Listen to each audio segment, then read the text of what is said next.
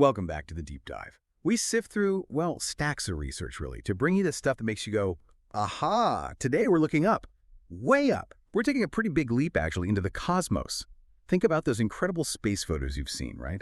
A huge nebula splashed across the black, maybe a galaxy doing its spiral thing, just stunning. But now, try to imagine capturing something really tricky, like a super bright star right next to this incredibly faint, wispy nebula you can barely see. Or maybe a brilliant planet like Jupiter or Saturn catching loads of sun right next to its tiny little moons that are, thousands of times dimmer. We look at these amazing pictures, but do we really stop to think about the sheer technical challenge behind them? The hoops scientists have to jump through. Okay, let's dig into that a bit. Traditional cameras, the kind astronomers relied on for, well, decades.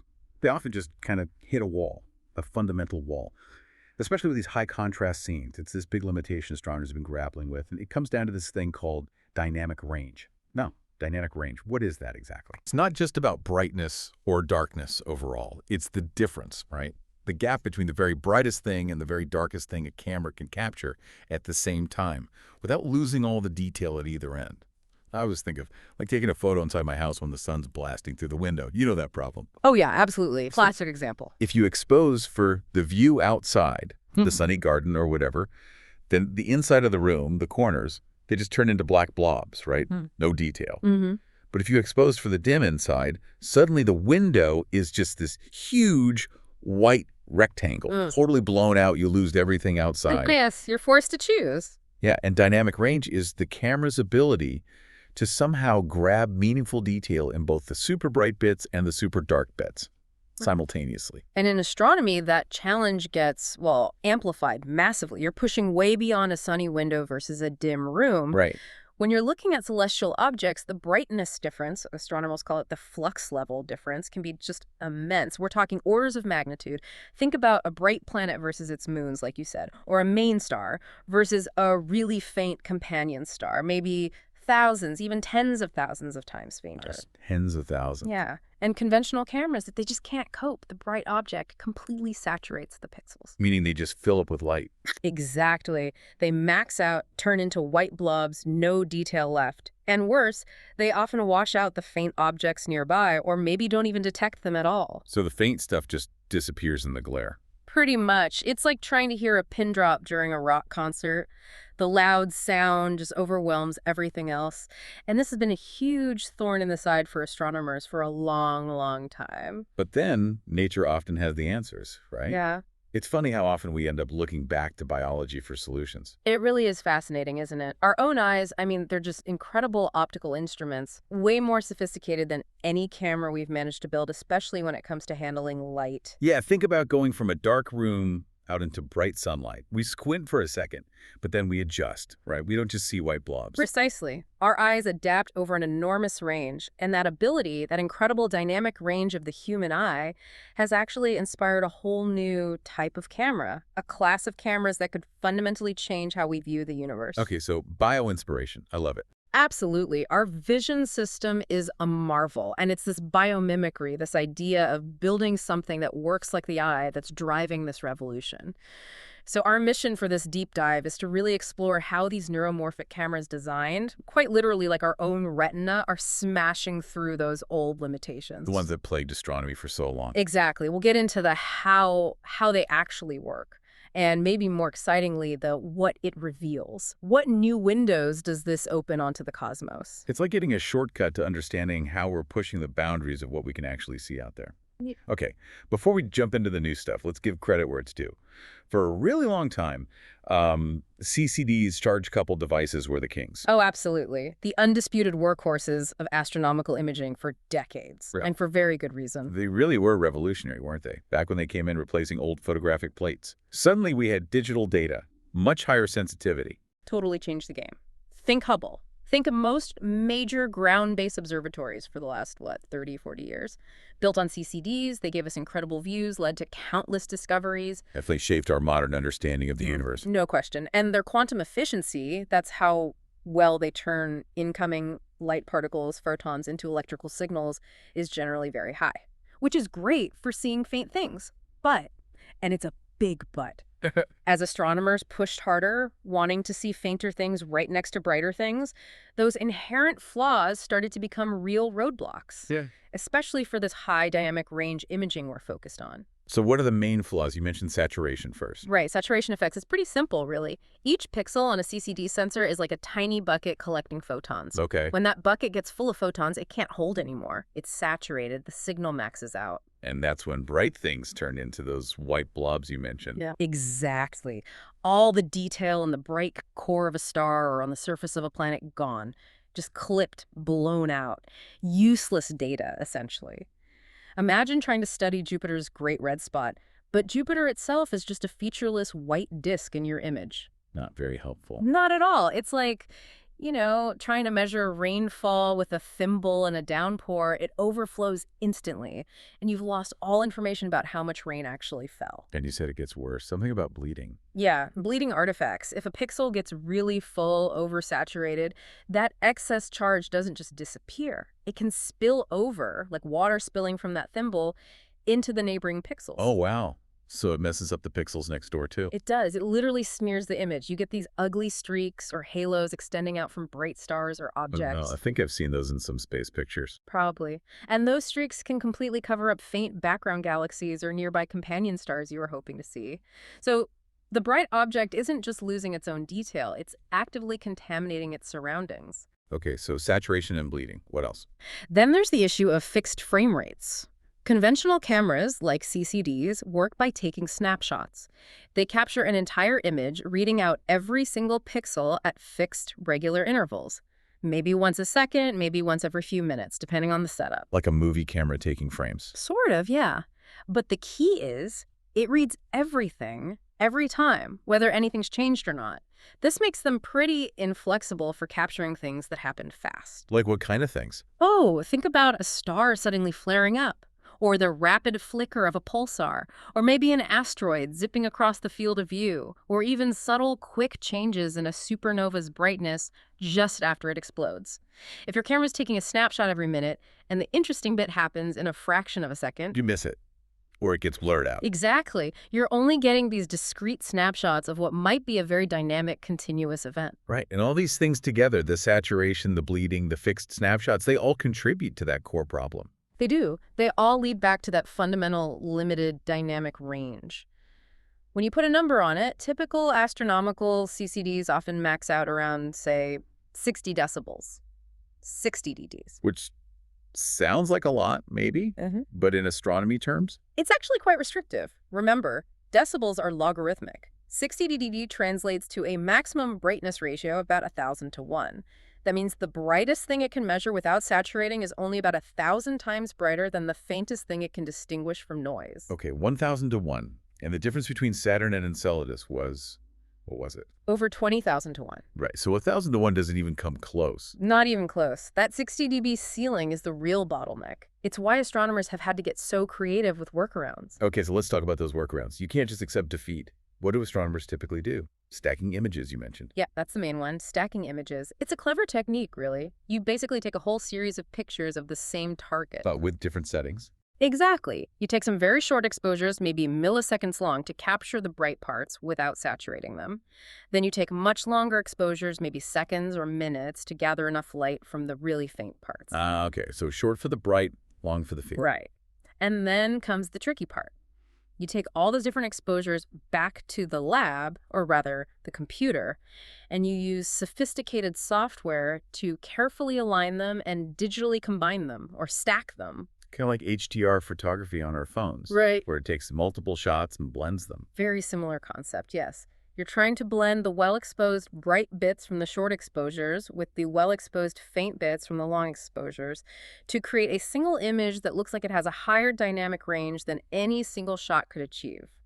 But you called it a computational bandage earlier, so what's the catch? Well, the big catch is that while it works, it shifts all the complexity away from the sensor and dumps it onto the post-processing stage. So the camera still has a limitation, you just fix it later with software? Precisely.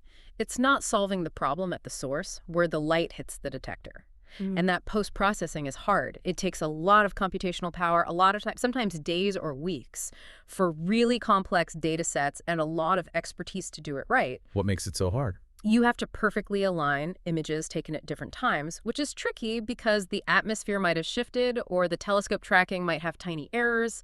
You need to account for changes in brightness, avoid creating weird artifacts or ghosts where the different exposures meet.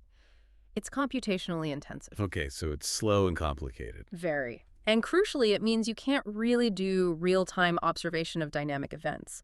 If something interesting happens quickly, a flare, an impact flash, rapid variability by the time you've taken all your different exposures and processed the stack. The event's long gone. Exactly. You're always looking at the past, sometimes the distant past, after laborious processing. It fundamentally limits your ability to study things that change on short timescales. So it begs the question, doesn't it? What if? What if the sensor itself could just handle that huge dynamic range? What if it didn't need all these workarounds? What if it could see more like, well, more like our eyes? And we're back to the eye, Right. which you said has this incredible dynamic range. It really does. The human eye boasts a dynamic range that exceeds 120 dB. 120 dB, compared to the 60 dB for a typical CCD. Yep. That's not just double. Remember, decibels are logarithmic. 120 dB is a 1,000,000-to-1 ratio compared to the CCD's 1,000-to-1. It's vastly superior. How does it do that? How do our eyes manage such a huge range? The key is logarithmic perception. Our eyes don't respond linearly to light intensity. They respond logarithmically. I mean, A small absolute change in light intensity makes a big difference to our perception when it's dark, but that same absolute change makes hardly any difference when it's already bright. Ah, okay. So going from 1 candle to 2 candles seems like a big jump in brightness. right. But going from 100 candles to 101 candles, you probably wouldn't even notice. Exactly. That logarithmic compression allows our retinal neurons to handle this enormous range of light levels without getting overwhelmed or saturated like a camera pixel does. We adapt constantly, naturally compressing the vast range of the world into signals our brain can process. Okay, that's the biology. Now, how do you build that into a camera? This is where it gets really cool, right? The neuromorphic leap. This is where it gets really interesting, yes. The neuromorphic community, engineers and scientists, looked directly at the retina's function. They asked, can we build silicon circuits that mimic this logarithmic response? And the answer was yes. The answer was yes. The core innovation in these neuromorphic cameras is that they convert the incoming light intensity directly into a logarithmic voltage right at the pixel level. So instead of the pixel just filling up linearly like a bucket. Right. It's immediately converting the light level into a voltage that represents the logarithm of that intensity. It's compressing the range right from the start, mirroring how our cone and rod cells work. And crucially, this inherently prevents saturation. The pixel itself adapts to the light level. Wow. Okay, so that tackles the saturation and dynamic range limit. Yeah. But you also mentioned they work differently in terms of how they capture information, not frame-based. Correct. That's the other revolutionary part. Event-based sensing. This is a total departure from traditional cameras. So no more snapshots every second. No more snapshots. Instead of capturing all the pixels at fixed intervals, these cameras only pay attention to changes. Specifically, changes in contrast or brightness at each individual pixel. Changes. Yeah. How does that work? Think of each pixel as constantly watching its little patch of the scene. If the light level on that pixel increases or decreases by a certain amount, crossing a preset contrast threshold, then, and only then, does that pixel generate an event. An event, like an alert. Exactly like an alert. It sends out a little digital signal, a positive spike if it got brighter, a negative spike if it got dimmer. It's essentially saying, hey, something just changed right here at these coordinates at this exact moment. So if a part of the scene is static, not changing. Those pixels remain silent. They don't send any data. The camera only reports the news, the things that are different from the last moment it checked. That sounds incredibly efficient. It is. This leads to what's called an asynchronous and efficient data stream. They use a protocol often called AER, asynchronous event representation. Asynchronous because the events pop out whenever they happen, not tied to a clock. Efficient because only the pixels that see a change transmit data. So you're not clogging up the data stream with redundant information about unchanging parts of the image. Precisely. Imagine imaging deep space. Most of it is static background. A conventional camera sends you megabytes or gigabytes of that static background over and over again. A neuromorphic camera just sends you tiny packets of data pinpointing the star that flared, or the satellite that streaked across, or maybe even just the subtle jitter from atmospheric turbulence. The data rate must be way lower then. Dramatically lower, often by orders of magnitude, especially for sparse or slowly changing scenes. which is huge for applications like space missions where bandwidth is gold. But here's another amazing consequence. Because it's event-driven, the temporal resolution is incredibly high. We're not limited by frame rates anymore. These cameras can timestamp events down to the microsecond level. Microseconds, that's insanely fast. It is perfect for capturing a really rapid phenomena that would just be a blur or completely missed by a frame-based camera. It's like getting instant alerts versus watching yesterday's security footage. Okay, the advantages are really stacking up. Logarithmic response, no saturation, event-based sensing, low data rate, high temporal resolution. Yeah. Anything else? Yeah. Oh, yeah. They typically have incredibly low power consumption. We're talking milliwatts, maybe even microwatts in some designs, compared to CCDs, which can draw watts, especially when cooled. Again, huge for space or portable applications. And they're small. Generally, yes. Small form factor. The sensor technology lends itself to compact designs. Less mass, less volume, always good for fitting onto telescopes or spacecraft. So you put it all together. High dynamic range, low power, fast response, low data, small size. Yeah. It really does sound almost perfectly suited for tough astronomical challenges. It's a powerful combination. It's not just an incremental improvement. It's a genuine paradigm shift, moving from passively recording frames to actively perceiving changes in the scene. Okay, this sounds incredible in theory, but does it actually work in practice? Out there, under the real sky, attached to a real telescope. That's the acid test, right? Absolutely. And that's exactly what the research we're focusing on today set out to demonstrate. A team from the Indian Institute of Science, ISRO, and AREAS wanted to rigorously test a neuromorphic camera for high dynamic range astronomical imaging from the ground. Putting it through its paces. Exactly. Could it deliver on that HDR promise despite Earth's messy atmosphere and the extreme contrasts of space? Where did they do this work? They used a great facility in India, the Aryabhata Research Institute of Observational Sciences, or ARISE, up in the mountains of Uttarakhand. Okay. And they integrated their neuromorphic camera onto the 1.3-meter Devastal Fast Optical Telescope, the DFOT. 1.3 meters, that's a decent-sized telescope. What does fast optical mean? Fast refers to its focal ratio, which is f4. In telescope terms, that means it gathers light very efficiently and provides a relatively wide field of view compared to a slower telescope of the same size. Good for capturing larger areas of the sky or fainter, spread-out objects. And it needs to point accurately, I assume. Critically, the DFOT has excellent pointing accuracy, about 10 arcseconds RMS, and even better tracking accuracy, down to 0.5 arcseconds RMS. That means once it locks onto a target, it can follow it smoothly as the Earth rotates, keeping it perfectly centered for the camera, which is essential for longer observations or accumulating these events accurately. All right, so a good telescope. What about the camera itself? What were its specs? It was a commercially available neuromorphic camera, actually. It had a pixel array of 1280 by 720 pixels, pretty standard HD resolution. And the pixels were small. Yes, a pixel pitch of 4.8 micrometers, which is quite small. When coupled with the DFOT telescope, this specific setup gave them a plate scale of 0.195 arcseconds per pixel. Meaning each tiny pixel covers just 0.195 arcseconds of the sky. That sounds like high resolution. It is. Good for resolving fine details. And the overall field of view, the patch of sky the camera could see at once, was about 4.15 by 2.33 arc minutes. Decent enough to capture things like planets with their moons or star clusters. Okay, so they hook up the camera. How do they actually run the observations, filters? How do they get images from these events? Good questions. They used standard astronomical filters, specifically B, blue, and V, visual or green-yellow filters, to isolate specific colors of light, which helps in characterizing the objects. Standard practice. Yep.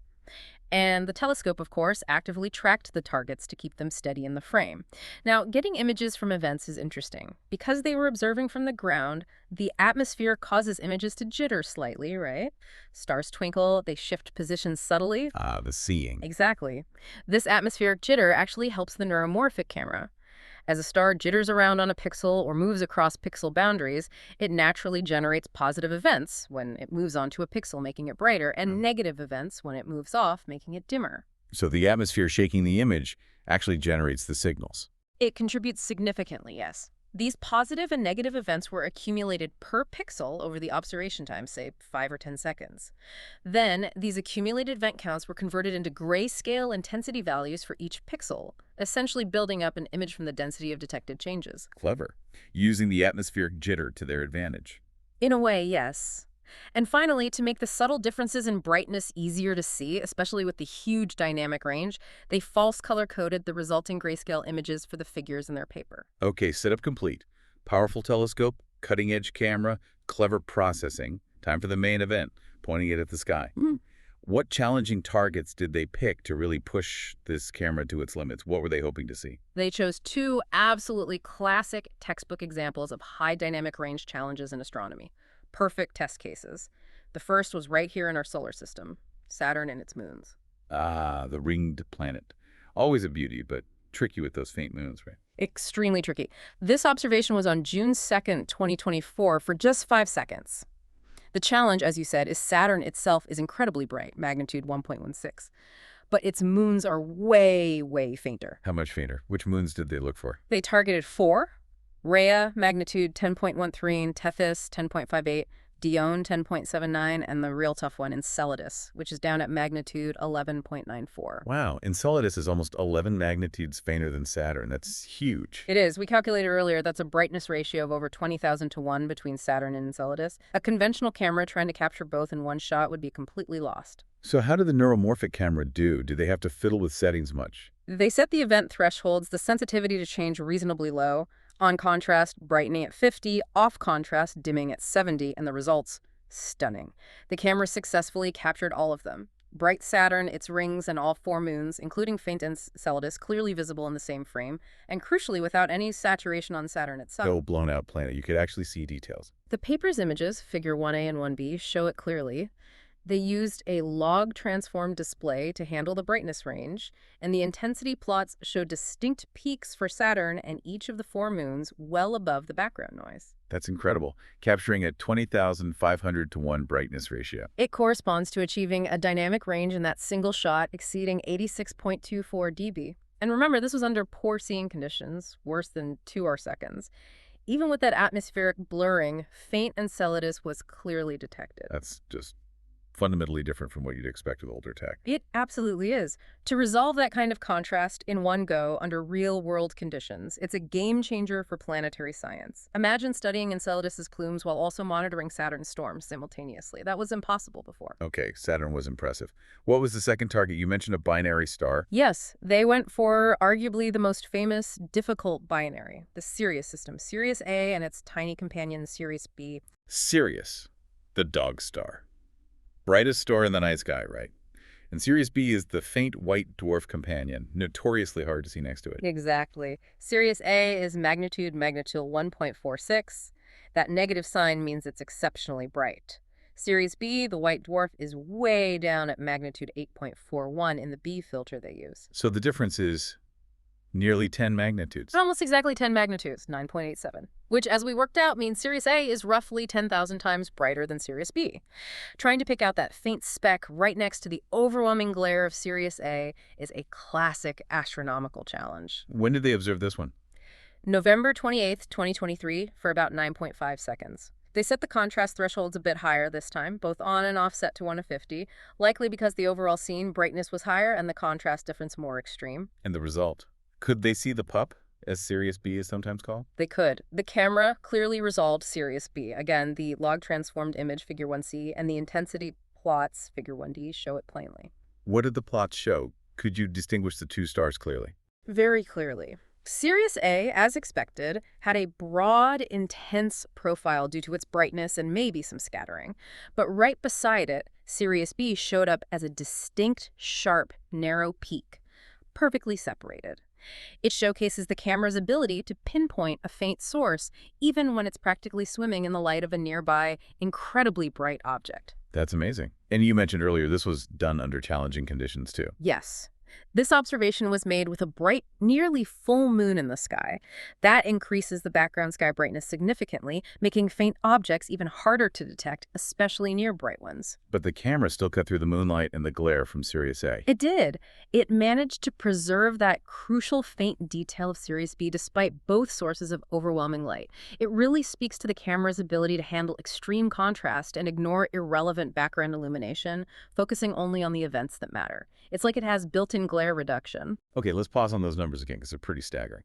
Dynamic range in dB, Stellar magnitudes. Yeah. Can we unpack the connection a bit more, just to really grasp the scale what these cameras are doing? First, the dynamic range formula you mentioned? Sure. Technically, a camera's dynamic range, DR, is the ratio of the maximum signal it can handle before saturating, let's call it IMAX, to the baseline noise level, often called the RMS noise. And it's usually expressed in decibels using the formula. DR in dB equals 20 times the base 10 logarithm of IMAX divided by RMS noise. Okay, 20 log 10, IMAX RMS noise. Right. So IMAX is the ceiling, RMS noise is the floor. Exactly. The bigger that ratio, the wider the range of brightnesses the camera can capture between the noise floor and the saturation ceiling. Every 20 dB increase means. A factor of 10 increase in that brightness ratio. So 60 dB is 1,000.1, 80 dBb is 10,000.1, 100 dBb is 100,000.1, 120 dB, like the human eye, is 1,000,000 to 1. Got it. So going from a CCD's 60 dB to the neuromorphic camera's 86 plus dB in the Saturn test, that's a huge jump in that ratio, from 1,000.1 to over 20,000.1. A massive leap, yeah. Over 20 times wider range captured in a single shot. And connecting this back to magnitudes, you gave the formula M1 mutal 2 equals Metis 2.5 log 10, I1A2. Right. That formula directly links the difference in astronomical magnitudes, M1 middle 2, to the ratio of their actual brightness or flux, I1, I2.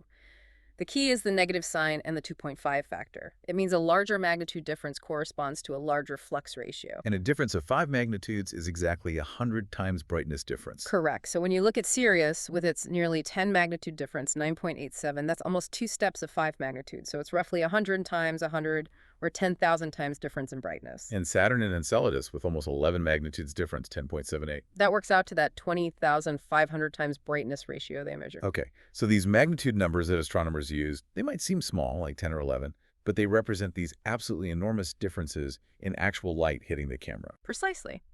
And that's why capturing them simultaneously is such a monumental challenge for sensors limited to a 1,000.1 range, and why achieving 20,000.1 or more in a single frame, like these neuromorphic cameras did, is such a breakthrough.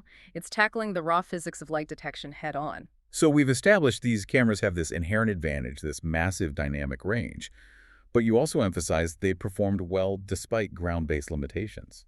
What are those main limitations again? Right, because the real world isn't a perfect lab. The big ones for ground-based astronomy are, first, atmospheric seeing. That's the turbulence in the air making stars twinkle and blur. It degrades resolution and makes faint things harder to see. Okay, the wobble and blur. It's a second, sensor noise. Right. Even the best sensors have some inherent electronic noise, a sort of background static that can mask the very faintest signals. The detection floor we talked about. Exactly. Yeah. And third, pixel response non-uniformity, or PRNU. Tiny manufacturing variations mean not every single pixel responds exactly the same way to the same amount of light. You have to calibrate that out. So the atmosphere, the camera's own noise, and tiny imperfections in the pixels, all working against you. Pretty much. They can all limit the effective dynamic range you achieve in a real observation, even if the camera sensor itself is capable of more. But this study showed the neuromorphic camera was pretty tough. It handled these issues. Remarkably so. That's one of the key takeaways. Remember the Saturn observation, done under poor seeing conditions greater than 2 arcseconds. That's quite blurry, yet they still clearly resolved Enceladus right next to Saturn. It cut through the blur, essentially. It seemed to. And the Sirius observation was done during a bright full moon. That significantly raises the background noise level, making faint companions much harder to spot.